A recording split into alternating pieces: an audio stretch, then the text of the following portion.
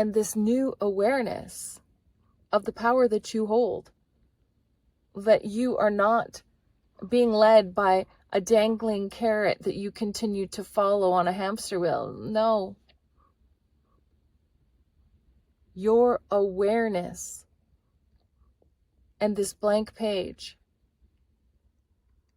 What will you create? Who will you be? And what will your true legacy be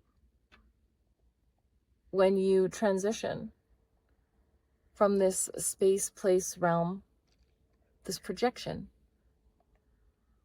that we are in co-creation with right now? What will your legacy be?